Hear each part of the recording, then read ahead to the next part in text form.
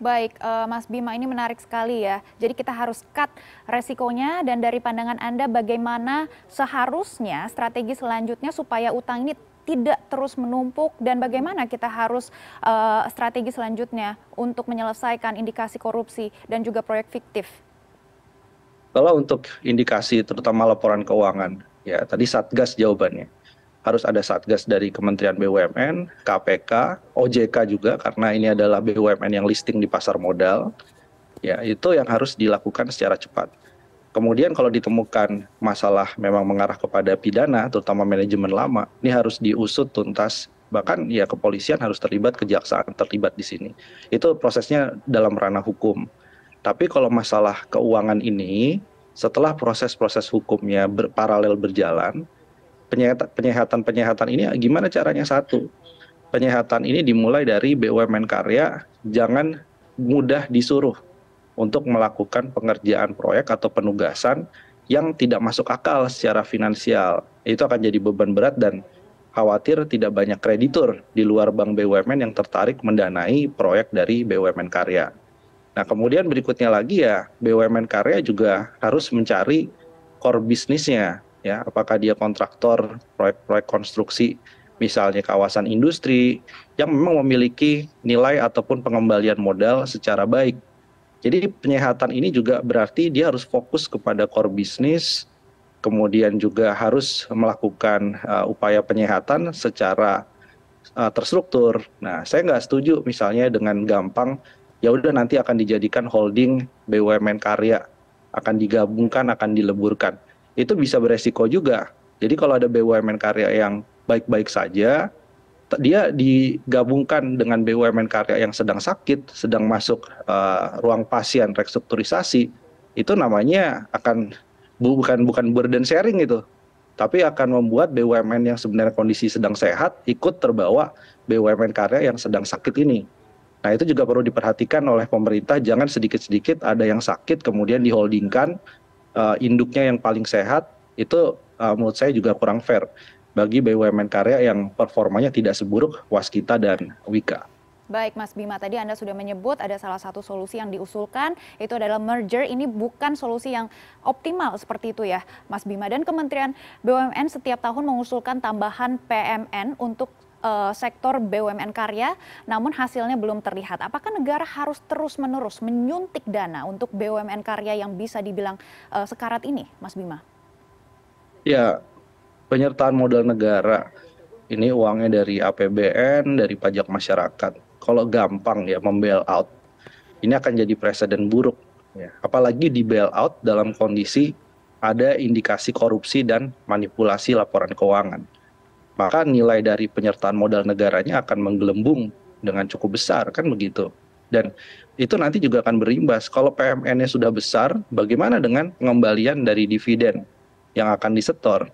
Karena dalam jangka waktu 10 tahun terakhir, itu nggak seimbang antara penyertaan modal negara dengan dividen yang disetorkan oleh BUMN, terutama juga BUMN karya. Nah, ini artinya negara rugi untuk terus-menerus melakukan penyelamatan. Jadi PMN itu bukan bailout, bukan penyelamatan BUMN, tapi negara dengan penyertaan modal negara ingin agar dividen yang nanti masuk pada PNBP, penerimaan negara bukan pajak, itu terus mengalami kenaikan dan ada manfaat ekonomi bagi masyarakat. Nah, itu jadi harus dikembalikan kepada filosofi dari penyertaan modal negara. Jangan yang sakitnya karena kesalahan manajemen, karena indikasi fraud dan korupsi, gampang diselamatkan menggunakan uang dari pajak rakyat. Saya kira itu presiden yang jelek ya. Buat kedepannya juga jangan sampai terulang. Baik, ini sektor BUMN karya tentunya adalah pilar pembangunan infrastruktur Indonesia, Mas Bima. Seberapa urgensi dan penting untuk menyelamatkan Waskita Karya dan Wijaya Karya? Ya, saya pikir ada urgensinya. Tapi kalau kita bicara infrastruktur, jangan-jangan yang dibuat oleh Kementerian PUPR gitu ya, itu kemudian juga beberapa pemerintah daerah, justru infrastrukturnya lebih terasa di masyarakat. Lebih bisa menurunkan biaya logistik. Nah, jadi kita juga bicara infrastruktur apa sih sebenarnya yang sedang dikerjakan oleh BUMN Karya, mana yang punya manfaat ekonomi sehingga ada pembenaran BUMN Karyanya bisa diselamatkan. Tapi kalau dipikir-pikir, apakah tanpa dua BUMN Karya ini infrastruktur bisa berjalan? Jawabannya mungkin, ya. Karena jumlah BUMN Karya yang masih dalam kategori keuangannya cukup lancar, cukup baik, penyertaan modal negaranya kecil juga banyak gitu. Jadi saya pikir harus dipikirlah, apakah ini harus dilakukan likuidasi atau harus dibatasi penugasannya, disehatkan dulu. Intinya infrastruktur yang ditugaskan pemerintah itu pun juga harus infrastruktur yang memang memiliki dampak ekonomi, dampak buat masyarakat, dan dampak kesehatan bagi BUMN itu sendiri. Jangan BUMN sedang sakit begini dikasih penugasan bangun ibu kota negara. Saya kira itu juga hal yang nggak bijak gitu. Baik, Mas Bima, ini terakhir. Tentunya kita melihat banyak sekali isu utang jumbo dan juga manipulasi laporan keuangan. Bagaimana kinerja saham-saham BUMN Karya selanjutnya? Ya, saya pikir semua masih wait and see dulu ya. Karena ini baru kemarin ya, dugaan indikasi manipulasi laporan keuangan. Tentu ini juga akan sangat berpengaruh terhadap kinerja emiten BUMN Karya.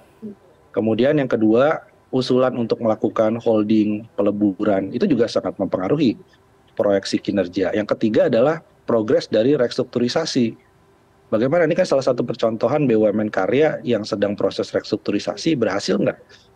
Proposalnya diterima tidak oleh para kreditur. Ini menjadi salah satu juga sentimen yang akan mempengaruhi kinerja emiten. Dan yang paling penting lagi adalah gimana sikap pemerintah gitu. Ya, itu tadi BUMN Karya yang sedang dalam kondisi tekanan keuangan, apakah dia akan tetap disuruh melakukan penugasan proyek-proyek yang berat nih ke depannya sampai 2024. Ya, itu juga akan mempengaruhi. Tapi saya pikir ya semakin cepat penanganannya, terutama kasus hukum ini, itu akan semakin baik juga bagi kinerja BUMN Karya.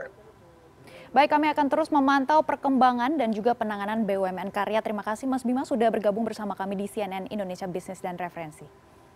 Sama-sama.